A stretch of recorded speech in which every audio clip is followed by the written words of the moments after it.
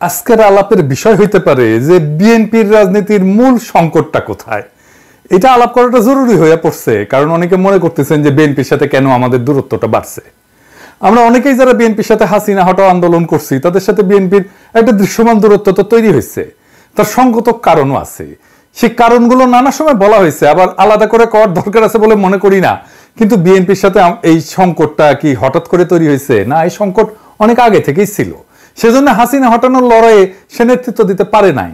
বাংলাদেশের সবচেয়ে বড় রাজনৈতিক দল হওয়ার পরেও সে 2024-এর বিপ্লবের নেতৃত্ব দিতে পারে নাই। শুরু করি বিএনপির যত ভুল নিয়ে। আসেন আল্লাহর নামে শুরু করি। বিএনপির সবচেয়ে বড় ভুল হইতেছে জিয়াউর রহমানের পজিশনিং শব্দটা মার্কেটিং এর শব্দ। আগে পজিশনিং শব্দ বলতে কি বোঝায় এটা বুঝেনি। এটাতে মার্কেটিং এ বলে প্রোডাক্ট পজিশনিং। এটা হলো মার্কেটিং এর একটা কৌশল, যার মাধ্যমে একটা পণ্যকে গ্রাহকদের মনে একটা নির্দিষ্ট এবং স্বতন্ত্র অবস্থানে স্থাপন করে দেয়। সহজ কথা, এটা হলো গ্রাহকদের মনে একটা ধারণা বা ভাবনা তৈরি করা যে পণ্যটা অন্য পণ্যের তুলনায় কিভাবে আলাদা, কিভাবে তাদের সমস্যা সমাধান করতে পারে। আমি একটা উদাহরণ দিই। ধরেন গাড়ির বাজারের পজিশনিং। ধরা যাক দুইটা গাড়ি আছে, গাড়ির নির্মাতা দুইটা, তাদের পণ্যের পজিশনিং করতেছে। মার্সিডিজ বেঞ্জ, এই যে মার্সিডিজ বেঞ্জ আর টয়োটা, দুটোই গাড়ি একই কাজ করে, তাই না? কিন্তু কোন গাড়িটা কিনবেন, কে কিনবে? মার্সিডিজ বেঞ্জ এটা খুবই উঁচু মানের গাড়ি, বিলাসবহুল গাড়ি, আরামদায়ক গাড়ি, এটা সেফটি স্ট্যান্ডার্ড ভালো, মানে খুব স্পিডে যদি বাঘ ঘুরতে যায় তাহলে এটা উল্টায় পড়বে না। বড় লোক দেখানোর জন্য আর কি, নিজের সম্পদশালী দেখানোর জন্য, সোজা কথায় ভাব শোধানোর জন্য লাগে আর কি। টয়োটা এটা নির্ভরযোগ্য, দীর্ঘমেয়াদী ব্যবহারের উপযোগিতা আছে, দামে সাশ্রয়ী, এটা রিসেল ভ্যালু ভালো, পার্টস পাওয়া যায় সব জায়গায়, তাই না? দুইটা ব্র্যান্ডে গাড়ি তৈরি করে, কিন্তু তারা আলাদাভাবে নিজেদের পজিশনিং করছে যাতে ভোক্তাদের মনে আলাদা আলাদা চিত্র তৈরি হয়। এক গ্রুপ কিনবে মার্সিডিজ আর এক গ্রুপ কিনবে টয়োটা, আলাদা জায়গা সবার। বিলাসবহুল কথাটা শুধু মার্সিডিজের জন্য, টয়োটার জন্য কিন্তু না। টয়োটা যদি বলে আমি বিলাসবহুল তাহলে কিন্তু হবে না। মার্সিডিজ যদি বলে আমার পার্টস সব জায়গায় পাওয়া যায় তাহলে হবে না। প্রোডাক্ট পজিশনিং মানে হলো প্রতিযোগিতামূলক বাজারে পণ্যটাকে এমন ভাবে উপস্থাপন করা যাতে গ্রাহকরা সহজে বুঝতে পারে যে এই পণ্যটা কেন এই পণ্যের চেয়ে আলাদা এবং কেন গুরুত্বপূর্ণ তার জন্য। রাজনৈতিক দলেরও পণ্য আছে, সেটা তারা বেচা কেনা কথাটা শুনতে খারাপ লাগলেও এভাবে বললে সুবিধা হয়। তো আওয়ামী লীগের পণ্য কি? শরদির বডিগার্ড, তারা বলে স্বাধীনতার নেতা, 6 দফা আন্দোলনের নেতা। আমরা অপছন্দ করলেও স্বাধীনতার অবিসংবাদিত নেতা হইতেছে শরদির বডিগার্ড, মানে শেখ মুজিব পাকিস্তান আন্দোলনও করছিল, কিন্তু এটা আওয়ামী লীগ কিন্তু বলে না। জিয়ার পজিশনিং করছে কোথায়? বিএনপি। জিয়ার পজিশনিং করছে স্বাধীনতার ঘোষক, জেড ফোর্সের নায়ক। স্বাধীনতা কি জিয়া 1 নাম্বার ক্যারেক্টার স্বাধীনতা যুদ্ধে, মুক্তিযুদ্ধে? সে কি অবিসংবাদিত নেতা? আমি যাই বলি না কেন, এই স্বাধীনতার মাঠে কখনোই জিয়া মুজিবকে ছাড়াই যেতে পারবে না, তার ইমেজকে। পাকিস্তান আন্দোলনে মুজিব জিন্নাকে ছাড়াই যেতে পারবে না। তাহলে জিয়াকে কোথায় পজিশন করতে হইতো? জিয়া 7ই নভেম্বরের বিপ্লবের অবিসংবাদিত নেতা। 7ই নভেম্বর তো বিপ্লব হয়েছিল, সেই বিপ্লবের বিপ্লবীরা প্রফেসর ইউনূসের মতো জিয়াকে নেতার মুকুট পরাইছিল। জিয়া নেতা হইতে চায় নাই, কিন্তু পরিস্থিতির প্রয়োজনে নেতৃত্ব গ্রহণ করছেন, ঠিক প্রফেসর ইউনূসের মতো। সক্রেটিস বলছিল সেই শাসকই শ্রেষ্ঠ শাসক যে অনিচ্ছুকভাবে শাসন ভার নেয়। বাংলাদেশের ইতিহাসে 2 জন অনিচ্ছুক শাসক পাইছি, একজন প্রফেসর ইউনূস আর একজন জিয়াউর রহমান। জিয়াকে উচিত ছিল আগস্ট বিপ্লবের নায়ক হিসেবে পজিশন করা, সেটা বিএনপি করে নাই। জিয়াকে উচিত ছিল অনিচ্ছুক শাসক হিসেবে পজিশন করা, সেটাও সে করে নাই। সে নভেম্বর বিপ্লবকে ওনই করে না, 2024-এর বিপ্লবকে বিপ্লব বলে স্বীকার করতে চায় না। বিএনপি আর তাদের বুদ্ধিজীবীরা বিপ্লব নামটা শুনলে কাপড় নষ্ট করে ফেলে, না জানি কি করতে হবে বিপ্লব কইলে। 2 নম্বর হইতেছে বিএনপির কোনো পলিটিক্যাল বয়ান নাই, মানে রাজনৈতিক বয়ান নাই। তো রাজনৈতিক বয়ান মানে কি? ধরেন আপনাকে যদি বলা হয় আপনার রাজনীতি কি, আপনার উত্তর কি হবে? খুব সহজ প্রশ্ন মনে হয়, কিন্তু গুছায় উত্তরটা দিতে গেলে দেখবেন ঠিক অতটা সহজ মনে হইতেছে না। মানে যদি চিন্তার স্বচ্ছতা থাকে, মানে চিন্তার স্বচ্ছতা মানে ধরুন অ্যাজিটেটল হয়ে যেতে হবে না। চিন্তার স্বচ্ছতা হলো আপনি যে বক্তব্য দেন, সে বক্তব্যটা কেন দিচ্ছেন, সে বক্তব্য কই থেকে আসছে, সে সম্পর্কে একটা পরিষ্কার আইডিয়া, ধারণা থাকা। এইটারে বলে চিন্তার পদ্ধতি। তো এই চিন্তার পদ্ধতি সম্পর্কে সচেতন থাকাই হইল চিন্তার স্বচ্ছতা, চিন্তা করতে পারা। এটা মেলা কঠিন কাজ। যেটা বলছিলাম যে আপনাকে যদি জিজ্ঞেস করে যে আপনার পলিটিক্সটা মূলত কি, আপনি আসলে কি করেন, কি চান, এই সমস্ত প্রশ্নের উত্তর দিতে গেলে আপনাকে একটা গল্প বলতে হবে। এই গল্পটাই হইতেছে বয়ান। যেমন ধরেন আওয়ামী লীগ কি বলবে যে সে 1000 বছরের বাঙালি জাতীয়তাবাদের রাজনীতি করে। আপনার এই দাবির পক্ষে একটা গল্প বলতে হবে আওয়ামী লীগকে। সেই গল্পটা হইতেছে সোনার বাংলার গল্প। সে সোনার বাংলায় ফিরে যেতে চায়। সে বলবে মুক্তিযুদ্ধের কথা। সোনার বাংলায় ফেরার পথে একটা মাইলস্টোন মুক্তিযুদ্ধ। সোনার বাংলায় ফেরার পথে আরেকটা মাইলস্টোন 52 ভাষা আন্দোলন। এখন এই যে বয়ান, এই যে গল্পটা, এটা সমর্থনে যারা থাকবে তারা আওয়ামী লীগের। এমনও হতে পারে সে আওয়ামী লীগকে ভোটও দেয় না, কিন্তু মুক্তিযুদ্ধের এই গল্প, এই ন্যারেটিভ, এই বয়ান, স্বাধীনতার এই বয়ান, এটা সে বিশ্বাস করে। অর্থাৎ আওয়ামী লীগের পলিটিক্যাল ন্যারেটিভে তার কোনো আপত্তি নাই। তাহলে সে ভোট কেন দেয় না আওয়ামী লীগকে? দেয় না কারণ সে মনে করে আওয়ামী লীগ মুক্তিযুদ্ধ নিয়ে যে ন্যারেটিভ দাঁড় করেছে সেই ন্যারেটিভ অনুযায়ী সে চলতেছে না, মুক্তিযুদ্ধের ন্যারেটিভ সে পালন করে না। অর্থাৎ আওয়ামী লীগ খারাপ হয়ে গেছে। এছাড়া আওয়ামী লীগকে সমর্থন দিতে তার কোনো সমস্যা নেই। এই কারণে দেখবেন অনেকে বলে যে আমি আওয়ামী লীগের না, তবে শেখ মুজিব এবং মুক্তিযুদ্ধকে আমি অন করি। অর্থাৎ আওয়ামী লীগের বয়ানে যেই মুক্তিযুদ্ধের ইতিহাস সেটা পবিত্র হইলেও আওয়ামী লীগ আর পবিত্র থাকে নাই পরে, সেটা সে মনে করে আওয়ামী লীগ খারাপ হয়ে গেছে। এই উদাহরণ দিই কয়েকটা, বুঝবেন আমি কাদেরকে বুঝাই। সিরাজুল ইসলাম চৌধুরী, আনু মোহাম্মদ, সিপিবি, এই যে বিএনপির ফজলুর রহমান, এমনকি মির্জা ফখরুল ইসলাম, এমনকি বিএনপির এখন সবগুলো নেতাই মোটামুটি আওয়ামী বয়ানে বিশ্বাস করে। তারা মুক্তিযুদ্ধে বিশ্বাস করে, তারা স্বাধীনতার যুদ্ধে বিশ্বাস করে, এবং আওয়ামী লীগ যেভাবে বলে 72-এর সংবিধান সেটাতেই বিশ্বাস করে। কিন্তু আওয়ামী লীগ করে না। সে মনে করে যে মুক্তিযুদ্ধের যে ন্যারেটিভ এইটার মধ্যে আসলে এটা আওয়ামী লীগ এটাকে নষ্ট করে ফেলছে। তো এই গ্রুপটা, এই যে চেতনা মারানিদের গ্রুপটার আরেকটা ডাইমেনশন আছে, যেই কারণে মুক্তিযুদ্ধকে তারা ওন করে, নিজের বলে মনে করে। সেটা কি? সেটা হইতেছে ধর্মনিরপেক্ষতা, অসাম্প্রদায়িকতা, প্রগতিশীলতা। আপনি দেখবেন বিএনপির নেতাগুলো এই কথাগুলোই বলে, এই 3টা শব্দ এটা ব্যবহার করে। যে কথাটা আসলে বলতে চায় সেটা কি, সেটা বলা সম্ভব না তাদের পক্ষে, সেজন্য এরকম শব্দগুলো বলে। এই শব্দগুলো হইতেছে ইসলাম বিদ্বেষ, মুসলমান বিদ্বেষ। মুক্তিযুদ্ধের যে বয়ান আমরা দেখি সেটা আসলে কাদের লেখা? কারা ঠিক করে দিছে যে মুক্তিযুদ্ধ বলতে এইটা বুঝতে হবে, এই জিনিসটা বুঝতে হবে? কে? মুক্তিযুদ্ধের ইতিহাস লিখছে ধর্মনিরপেক্ষতাবাদী প্রগতিশীলরা। তো প্রগতিশীলতা আর এই ধর্মনিরপেক্ষতার উৎস কোথায় আমাদের দেশে? আসেন এটা একটু বুঝে দেখি।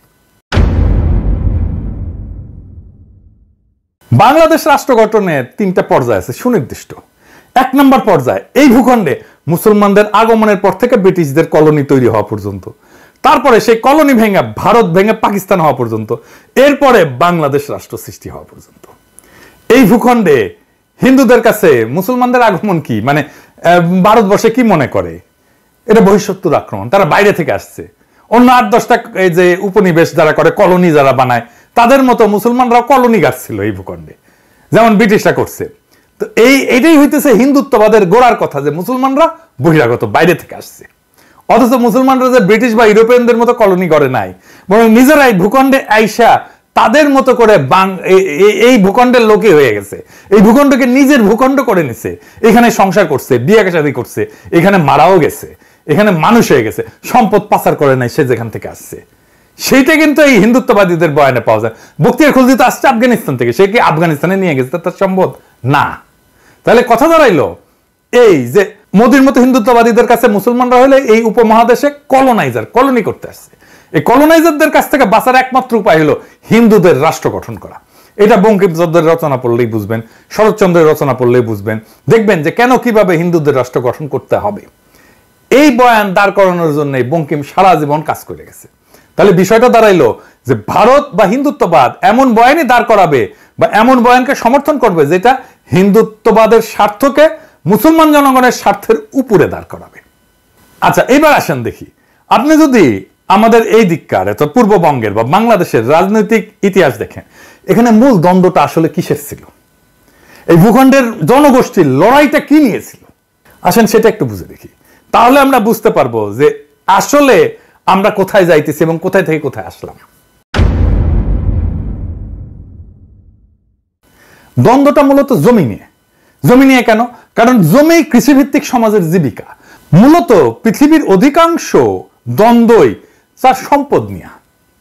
আমাদের কৃষিভিত্তিক সমাজের সম্পদ তো জমি, তাই দ্বন্দ্বটা জমি নিয়ে হওয়ার কথা। মুঘল আমল আর ব্রিটিশ আমলে যে ভূমি ব্যবস্থাপনা ছিল, এই দুইটার মধ্যে মৌলিক তফাৎ ছিল, মানে মোগল আমলের থেকে ব্রিটিশ আমলে। মোগলদের বিশেষ করে আকবরের আমলে জমির মালিকানা ছিল সম্রাটের। খাজনার বিনিময়ে কৃষক জমির সকল অধিকার ভোগ করত। জমিদারের কাজ ছিল মূলত প্রশাসনিক, খাজনাটার মালিক ছিল না সে। খাজনাও ফসলের উৎপাদনের উপরে নির্ভর করত। কোনো বছর ফসল যদি ভালো হইতো খাজনা বাড়তো, উৎপাদন কম হইলে খাজনা কমে যেত। বাংলা অঞ্চলে ব্রিটিশরা চিরস্থায়ী বন্দোবস্ত চালু করার পরে এই ব্যবস্থার আমূল পরিবর্তন আসে। শুরু হয় আমাদের দুঃখ। কেমন সেটা? জমিদার হয়ে যায় ভূমির মালিক, আর কৃষক হয় খাজনা দেওয়ার মেশিন। ফসল ভালো হয়েছে কি খারাপ হয়েছে সেটা না, নির্দিষ্ট পরিমাণে খাজনা কৃষককে দিতে বাধ্য থাকতে হবে, একই পরিমাণে খাজনা। ফসল খারাপ হইলেও দিতে হবে, ভালো হইলে তো দিতে হবেই। মোগল এবং ব্রিটিশ আমলে জমিদারদের পার্সেন্টেজ করেন, তাহলে দেখবেন যে মোগল আমলে আনুমানিক 60 থেকে 70% জমিদার ছিল হিন্দু, বাকিটা মুসলমান এবং অন্যান্য ধর্মের। ব্রিটিশ আমলে এই সংখ্যাটা বাইরে হিন্দু জমিদারদের ক্ষেত্রে দাঁড়ায় 70 থেকে 80% হিন্দু জমিদার, মুসলমান এবং অন্যান্য ধর্মের জমিদারদের সংখ্যা দাঁড়ায় 20 থেকে 30%। অর্থাৎ মুসলমানরা মূলত বহিঃশত্রু, এই ধারণা থেকেই হিন্দু এলিটরা সবসময় ক্ষমতার কেন্দ্রে তাদের অবস্থানটা নিশ্চিত করছিল। ফলে ব্রিটিশদের আমলে আমাদের বাংলা অঞ্চলে হিন্দু জমিদারদের বর্ধিত ক্ষমতা পরিণত হয় মূলত রাজনৈতিক প্রভাব খাটায়, হিন্দু প্রভাব বজায় রাখায়। আর এই চিরস্থায়ী বন্দোবস্তের জমিদারি প্রথায় হইয়া দাঁড়ায় বাংলায় ফিরে পাওয়া সেই ক্ষমতা যা হিন্দু রাষ্ট্রে সে পাইতে চাইছিল, বা মুসলমানদের আগমনের আগে যেই ক্ষমতাটা হিন্দুদের ছিল। মুসলমানদের আগমনের পরেই প্রথম ব্রিটিশ আসার পরে হিন্দুরা তাদের হিন্দু রাষ্ট্র, মানে মুসলমানদের হটায় রাষ্ট্র ক্ষমতা তাদের অধীনে নেওয়ার সুযোগটা এমন ভাবে পাইল যেটা মুঘলদের আমলে ছিল না। তো হিন্দু রাষ্ট্র বানানোর পথে জমিদার শ্রেণীর যে রাজনৈতিক প্রভাব, সে প্রভাবের বিরুদ্ধে বিরোধিতা করবে কারা? মুসলমানরা, কারণ তারাই প্রজা। মনে রাখবেন যে এই বিরোধিতা গরিব কৃষকদের জমির মালিকানা আদায়ের আন্দোলন। কৃষকদের দিক থেকে এই আন্দোলন কোনো মুসলমান রাষ্ট্র গঠনের স্বপ্ন না, বা মুসলমান রাজত্ব ফিরে পাওয়ার স্বপ্ন না, সে ধর্ম প্রতিষ্ঠা করতে আসতেছে না। এটা স্রেফ জমিদারি প্রথার নিষ্পেষণের বিরুদ্ধে প্রতিবাদ। এই আন্দোলনের নেতৃত্ব কারা দিচ্ছে আপনি যদি নাম দেখেন, এইটা দেখেন ফকির মজনু শাহ, হাজী শরীয়তুল্লাহ, দুদু মিয়া, তিতুমির, নুরুদ্দিন। এই আন্দোলন করছে মুসলমান হিন্দু কৃষকেরা মিলে, যারা হিন্দু জমিদারদের নিষ্পেষণ থেকে বাঁচতে চাইছিল। বাংলা অঞ্চল মানে পূর্ব বাংলা অঞ্চল, আজকে যেটা বাংলাদেশ, সেটা মুসলমান অধ্যুষিত হয়। এখানে মুসলমানদের পরিচালিত বিদ্রোহগুলাই এই জনপদের জনগণের রাজনৈতিক চিন্তার গঠনে সবচেয়ে শক্তিশালী প্রভাব রাখছে।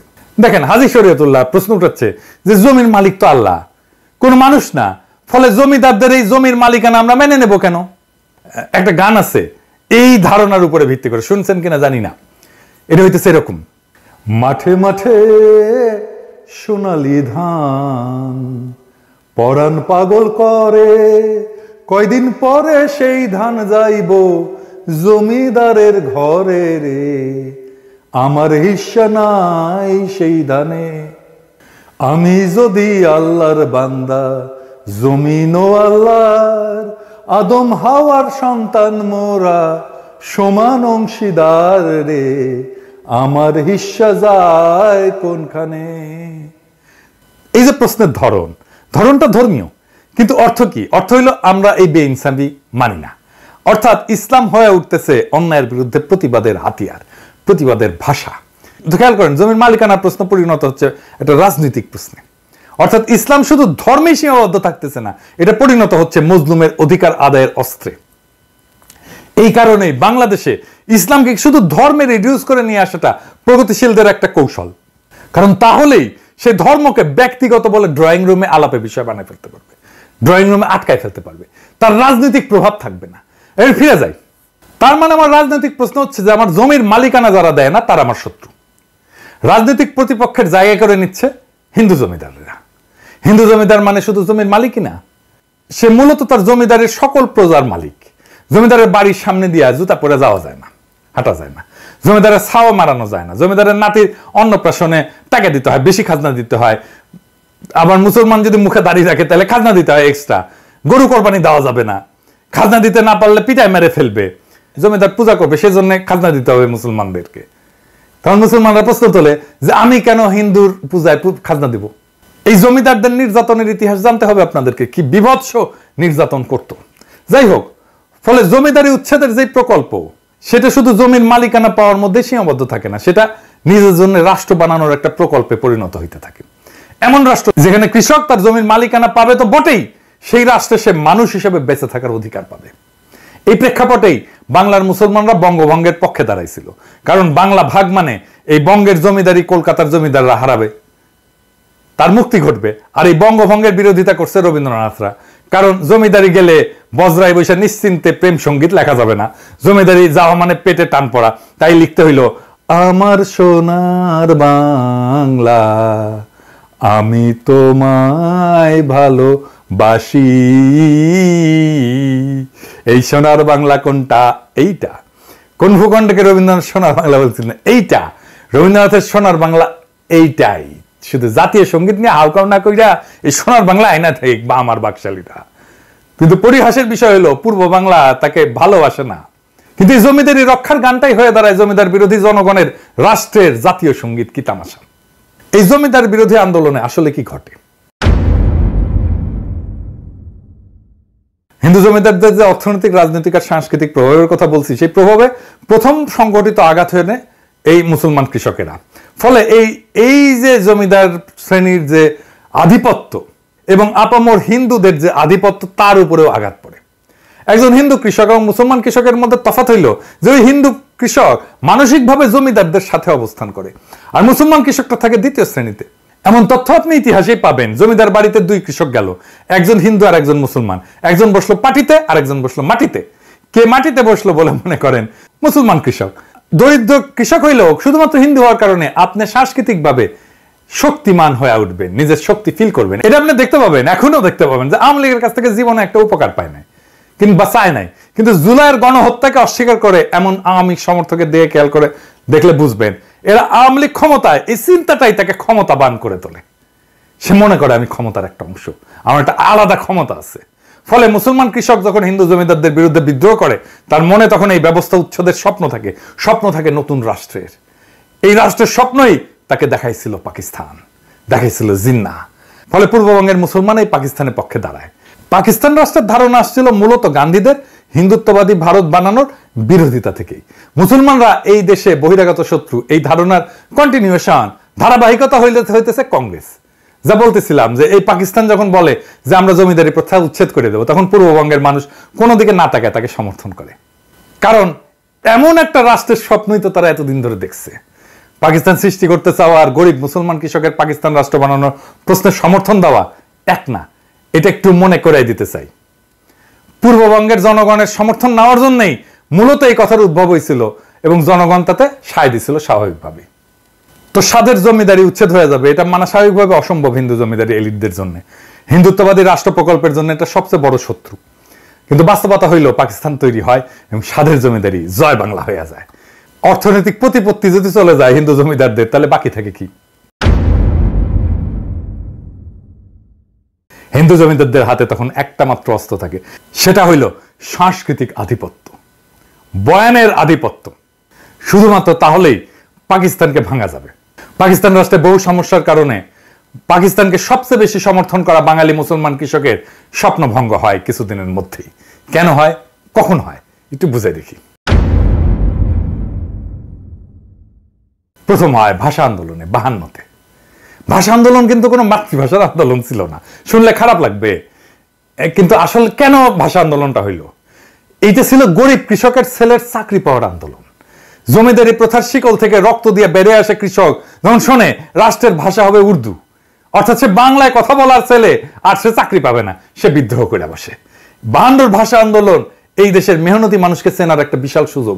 পাকিস্তান আন্দোলন করে পাকিস্তান বানানো বাঙালি মাত্র 5 বছরের মাথায় রাষ্ট্রের বিরুদ্ধে বিদ্রোহ করে বসে। ফলে এদেশের জনগণ যে নিজের স্বার্থ বুঝে এবং বুঝে নিতে চায়, অন্তত তাকে বেশি দিন মুখে চুষনি দিয়ে চুপ করে রাখা যায় না, সেটা এই ঘটনায় বোঝা যায়। আমি এই জন্যই বলতাম, বারে বারে বলতাম, হাসিনার শাসন টিকবে না, কোথাও কোনো প্রতিরোধ নাই। আমি তখনও বলছি টিকবে না, আপনারা অবিশ্বাস করছেন অনেকেই, বলেন আমি বাড়ায় বাড়ায় বলি, আমি সকাল সন্ধ্যা হাসিনাকে ফেলাই দিই। এটাই আমাদের শক্তি। অনেকে আবার বলে যে আবার ফ্যাসিবাদ আসবে, আসতে পারে, টিকবে না। অনেকে বলে ভারতীয় আধিপত্যবাদ আসবে, আসতে পারে, টিকবে না। অনেকে বলে বিএনপি আওয়ামী লীগের শাসনের মতোই শাসন চালাইতে পারে, টিকবে না। বাংলাদেশের মাটিতে বাতাসে এমন কিছু একটা আছে, এটা মাথা নোয়ানোর না। এটা আমি আপনি না থাকি, বাংলাদেশ আবার জায়গা উঠবে, বাংলাদেশ আবার প্রতিরোধ করবে। যা বলছিলাম যে হিন্দু জমিদারদের শ্রেণীর যে সাংস্কৃতিক বয়ান, এই আধিপত্য তৈরি করে কে? আধিপত্যই তৈরি করে প্রগতিশীলতা, অসাম্প্রদায়িকতা এবং ধর্মনিরপেক্ষতার নামে। কারা করে? প্রথম আলো, টেলিস্টার, সিটিভি, ছায়ানট, উদিসি, এদের মাধ্যমে। যে কথাটা বলার জন্য এই তিনটে শব্দ ব্যবহার করে সেটা কি ইসলাম বিদ্বেষ, মুসলমান বিদ্বেষ। কারণ কি? তার কারণ এই মুসলমান তার শখের জমিদারি, তার হিন্দুত্ববাদী ভারত ভেঙে দিছে, ফলে তাদের গায়ের ধরে না পারি চিন্তার ক্ষমতা আমাদের নিচেই রাখবো। প্রমাণ দিই আপনাকে। যদি জিজ্ঞেস করা হয় একজন অসাম্প্রদায়িক প্রগতিশীল লোক বললে আপনার মাথায় কেমন চিত্র ভাইসা ওঠে, আমি উত্তরটা দেব না। তবে শুধু এটুকু বলবো যে আপনার মাথায় কোনো দাড়ি টুপিওয়ালা লোককে, মুসলমানকে অসাম্প্রদায়িক প্রগতিশীল বইলা মনে হবে না। মুক্তিযুদ্ধের পর থেকে আমাদের রাষ্ট্রে রাজনৈতিক বয়ান যেটা আধিপত্য করতেছে, সেই বয়ানে কি দাড়ি টুপি পরা কাউকে স্থান দেওয়া যায়? ভেবে দেখেন। আমাদের প্রধান বয়ানে দাড়ি টুপি পরা সবাই হলো পাকিস্তানি, এবং জাফর ইকবালদের মতো সবাইকে পাকিস্তান পাঠাই দিতে হবে। যে দাড়ি টুপি আর লুঙ্গির মুসলমানরা বাংলাদেশ রাষ্ট্র বানাইলো, তারাই এখন এই দেশের শত্রু, আর মালিক হইল কলকাতার সোনাগাছির খাটের যোদ্ধারা। এই দেশের অসাম্প্রদায়িকতা হইল পয়লা বৈশাখে রমনায় সিঁদুর ধুতি, হাতে শাখা পইরা মুসলমানদের ছেলেমেয়েদের নৃত্য করা, আর দাড়ি টুপি বোরখার আদম হইল দেশকে জঙ্গি বানাইতে চাওয়া চরমপন্থী ইসলামিস্ট। এই তো প্রগতিশীলদের বয়ানে মুক্তিযুদ্ধ, তাই না? যে গরিব মুসলমান কৃষক জমির মালিকানা আর অধিকারের রাষ্ট্র বানাইতে বহু সংগ্রামের শেষে এই বাংলাদেশ বানাইলো, সেই বাংলাদেশে তারা হয়ে গেল দেশ বিরোধী। খুব মজার ব্যাপার না? আর এই বয়ানের কারিগর কারা? এই বয়ানের কারিগর হইতেছে সেই প্রগতিশীল সাম্প্রদায়িক ধর্মনিরপেক্ষ ভাইয়েরা আর বোনেরা। এই বয়ানই তো হিন্দু জমিদারদের কালচারাল ন্যারেটিভের আধিপত্যের বয়ান, যে বয়ান এসে থিতু হয়েছে আওয়ামী লীগের হাতে।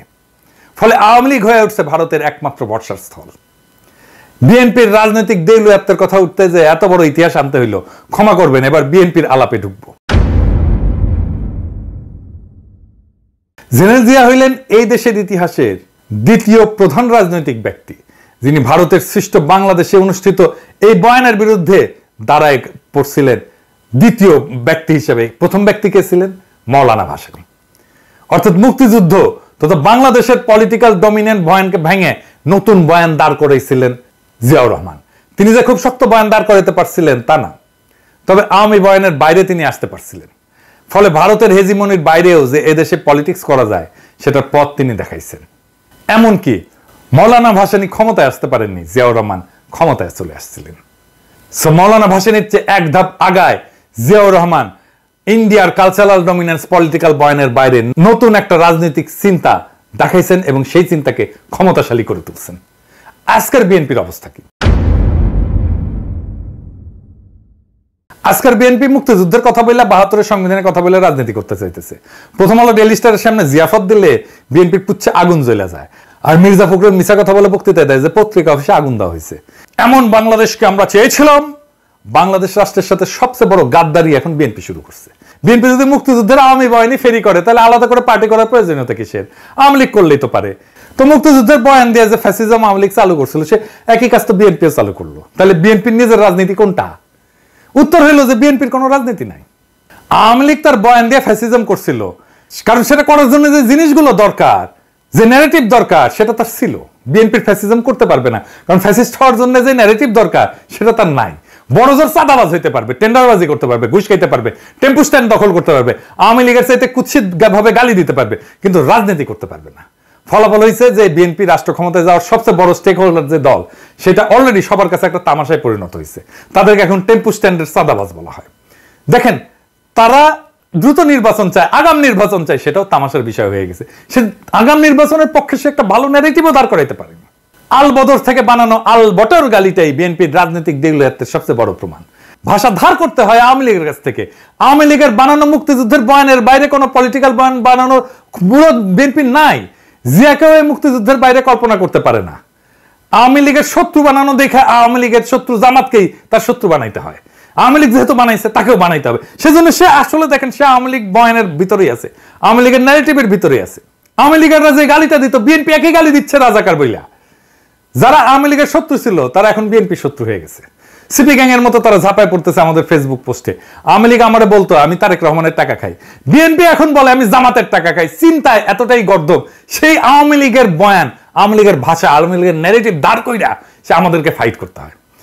এদের সৃষ্টিশীলতার অভাব থাকার কারণে সে গালি এখন শুধু জামাতের মধ্যে সীমাবদ্ধ থাকতেছে না। এখন যারাই বিএনপি নির্বুদ্ধিতা নিয়ে কথা বলে সবাইকে আলবটর বলে। আমাকে বলে আলবটর কমান্ডার বলে, আমি নাকি আলবটরের কমান্ডার। বিএনপির হয়ে কোনো শিক্ষিত লোক কথা বলে এমন দেখছেন কাউকে? ওই এক ছাড়া, ফাহাম ছাড়া।